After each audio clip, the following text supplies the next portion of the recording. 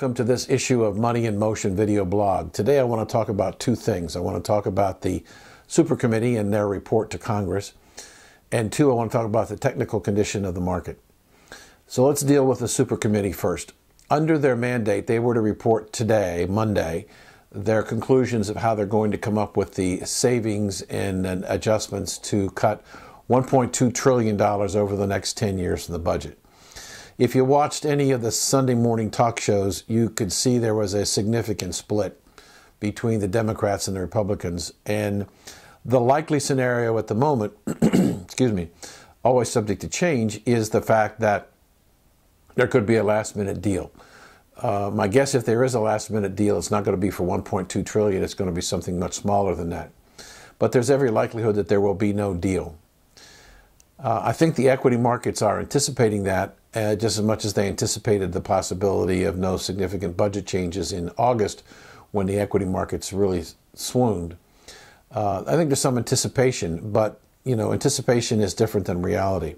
So if the committee does not report by today, whatever the close of business Congress is, then they will not have anything to vote on in the House and the Senate.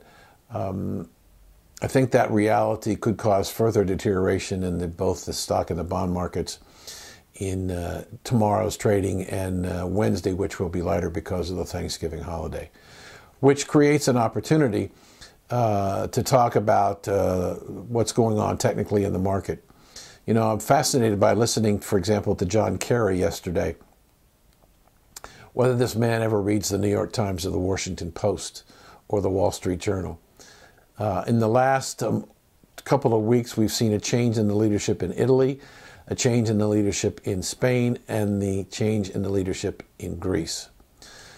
In essence, they have abandoned their socialist liberal party governments for more conservative, trying to deal with the problems of the excess spending under the Social Democrats. It's clear that that Europe is reeling from the decisions to provide everything for everybody. Yet we in the United States, at least some people in Congress, think that the government is not doing enough. We should spend more. We should put the government in deeper and deeper in debt, and that the rich should pay more than their fair share in order to fund all of these things that are important for us to do. The practical reality is that the government can create jobs, but the jobs that the government create are government jobs. They can't make an individual like myself or small business entrepreneurs, or for that matter, large organizations, to hire more people. Now, because of all the uncertainty that goes on daily in Europe, you're going to see some slides of the volatility of the S&P 500. You'll see some slides with the volatility of the bond market and also some of the commodities. The point being is that from a technical standpoint, we at 1200 to 1230 on the S&P 500, we are at significant support levels.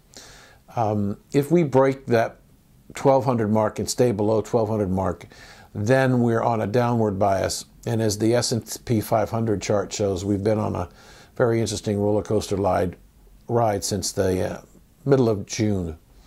I would expect that if we can't hold the 1200 level, we will go to 1175 or so. Now, intraday, we've gone to about 1185 and seem to bounce a little bit.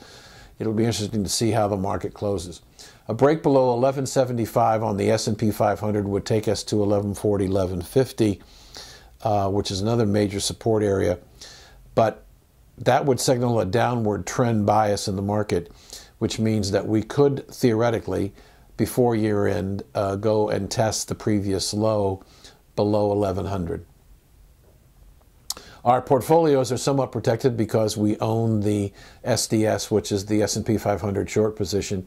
So some of the sting that people are experiencing in this downward draft in the marketplace is being alleviated through the SDS positions in our portfolio. It's worked out well. It's great insurance, and I'm going to keep it on for probably some period of time. So that's the update. In closing, let me say to you, we have a lot to be thankful for as individuals and Americans today as we come up upon the Thanksgiving holidays. Think about our friends and family who are with us, and especially the ones who aren't with us when we sit down to the dinner table on Thursday. Think about all those men and women who are serving to protect us all over the world.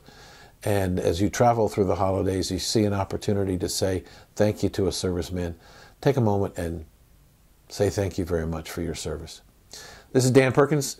Got questions? You can reach me through my email or give me a call. I'd be happy to talk with you. Have a great Thanksgiving. Bye.